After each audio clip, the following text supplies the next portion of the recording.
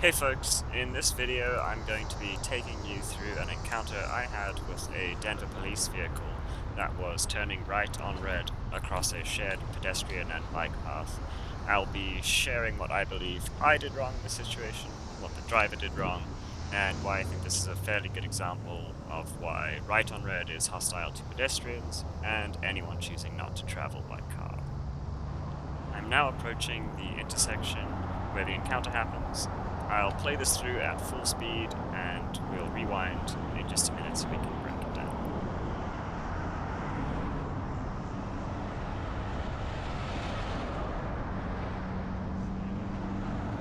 Nope. Oi! Come on, dude. You're the police. That was the encounter, so let's roll it back. Okay, we're on the bridge, on the bike path, and there are a couple things that immediately pop out. First is that traffic is flowing in the direction that I'm heading in, as well as opposite to that direction, which means that that light over there is green, which also means that the pedestrian signal should be on, signaling to pedestrians and bike path users that they can proceed. Another thing stands out, which is that there is a car ever so slightly in the pedestrian crossing.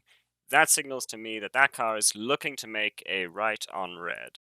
Now, I have a general rule of thumb when riding my bike, which is that if I can't make eye contact with the driver of the car, I don't try proceed in front of that car. Another general rule of thumb that I use is that if you look far enough down the road and you see a car in the lane that this person is trying to turn into, usually that person will not turn in front of that car. But let's roll the clip forward a little bit and see what happens.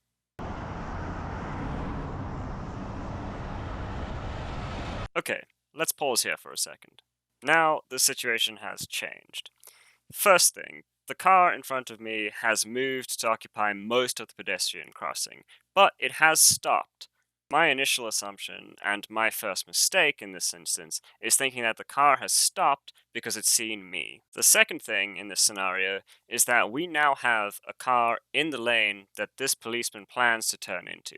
Sure, that car is a little way off, having just made its own right on red, and it isn't traveling at the same speed as the traffic around it, but still, it's something that this person should be aware of. Now, there is one thing in my favor here, which is that I am on the bike and pedestrian path, and I have a signal which allows me to cross.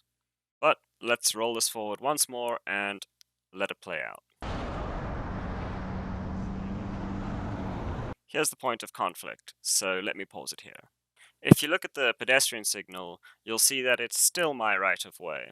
However, this policeman is not at all looking in my direction. Instead, he's looking down the road at the oncoming traffic. Traffic that right now I would say is probably too close for him to make a safe right on red. But we know what's going to happen next. This officer's going to take a right turn. He's not going to have looked both ways before doing so, and as a result, he's almost going to ride into me. Nope. Oi! Come on, dude. You're the police. Okay, swearing aside, what can we learn from this? Well, first and foremost, as bike commuters, we have to be aware of our surroundings. The situation is always changing, and we have to respond accordingly. Secondly, get that eye contact. Make sure that you have been seen. And thirdly, and finally, understand that right on red is hostile to pedestrians and cyclists. Right on red is designed to aid the flow of car traffic. It incentivizes drivers to focus on one direction only, the direction that traffic is flowing in. It draws the driver's attention away from other things in their environment. As a cyclist, you are often one of those other things. So please, stay safe out there and enjoy your ride.